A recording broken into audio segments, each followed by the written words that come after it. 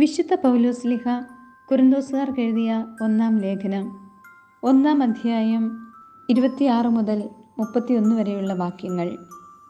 സഹോദരരെ, നിങ്ങൾക്ക് ലഭിച്ചിരിക്കുന്ന ദൈവവിളിയെപ്പറ്റി തന്നെ ചിന്തിക്കുവിൻ. ലൗകിക മാനദണ്ഡമനുസരിച്ച് നിങ്ങളിൽ ബുദ്ധിമാന്മാർ അധികമില്ല, ശക്തരും കുലീനരും അധികമില്ല. എങ്കിലും വിജ്ഞാനികളെ ലജ്ജിപ്പിക്കാൻ ലോകദൃഷ്ടിയിൽ ഭോഷന്മാരായവരെ ദൈവം തിരഞ്ഞെടുത്തു. ശക്തമായവയെ ലജ്ജിപ്പിക്കാൻ ലോകദൃഷ്ടിയിൽ അശക്തമായവയെയും, നിലവിലുള്ളവയെ നശിപ്പിക്കുവാൻ വേണ്ടി ലോകദൃഷ്ട്യാ നിസ്സാരങ്ങളായവയെയും അവഗണിക്കപ്പെട്ടവയെയും ഇല്ലായ്മയെ തന്നെയും ദൈവം തിരഞ്ഞെടുത്തു.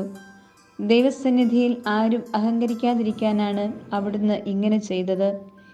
യേശുക്രിസ്തുവിലുള്ള നിങ്ങളുടെ ജീവിതത്തിൻ്റെ ഉറവിടം അവിടുന്നാണ്. ദൈവം അവനെ നമുക്ക് ജ്ഞാനവും നീതിയും വിശുദ്ധീകരണവും പരിത്രാണവും ആക്കിയിരിക്കുന്നു. അതുകൊണ്ട് എഴുതപ്പെട്ടിരിക്കുന്നത് പോലെ അഭിമാനിക്കുന്നവൻ കർത്താവിൽ അഭിമാനിക്കട്ടെ. നമ്മുടെ കർത്താവായ മിശിഹായ്ക്ക് സ്തുതി. വിശുദ്ധ മത്തായി എഴുതിയ സുവിശേഷം അധ്യായം 9, 27 മുതൽ 38 വരെയുള്ള വാക്യങ്ങൾ.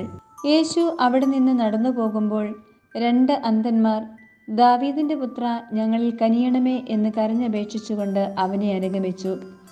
അവൻ ഭവനത്തിലെത്തിയപ്പോൾ ആ അന്ധന്മാർ അവൻ്റെ സമീപം ചെന്നു. യേശു അവരോട് ചോദിച്ചു, എനിക്ക് ഇത് ചെയ്യാൻ കഴിയുമെന്ന് നിങ്ങൾ വിശ്വസിക്കുന്നുവോ? ഉവ്വ് കർത്താവേ എന്ന് അവർ മറുപടി പറഞ്ഞു. നിങ്ങളുടെ വിശ്വാസം പോലെ നിങ്ങൾക്ക് ഭവിക്കട്ടെ എന്ന് പറഞ്ഞുകൊണ്ട് അവൻ അവരുടെ കണ്ണുകളിൽ സ്പർശിച്ചു. അവരുടെ കണ്ണുകൾ തുറന്നു. ഇതാരും അറിയാനിടയാകരുത് എന്ന് യേശു അവരോട് കർശനമായി നിർദ്ദേശിച്ചു. എന്നാൽ അവർ പോയി അവൻ്റെ കീർത്തി നാടെങ്ങും പരത്തി.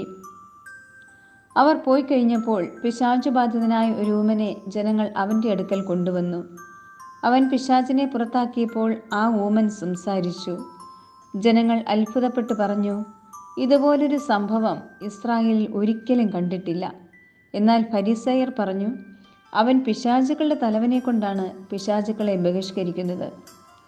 യേശു അവരുടെ സിനഗോഗുകളിൽ പഠിപ്പിച്ചും രാജ്യത്തിൻ്റെ സുവിശേഷം പ്രസംഗിച്ചും എല്ലാ രോഗങ്ങളും വ്യാധികളും സുഖപ്പെടുത്തിയും എല്ലാ നഗരങ്ങളിലും ഗ്രാമങ്ങളിലും ചുറ്റി സഞ്ചരിച്ചു. ജനക്കൂട്ടങ്ങളെ കണ്ടപ്പോൾ യേശുവിന് അവരുടെ മേൽ അനുകമ്പ തോന്നി. അവർ ഇടയനില്ലാത്ത ആടുകളെപ്പോലെ പരിഭ്രാന്തരും നിസ്സഹായരുമായിരുന്നു. അവൻ ശിഷ്യന്മാരോട് പറഞ്ഞു, വിളവധികം, വേലക്കാരോ ചുരുക്കം.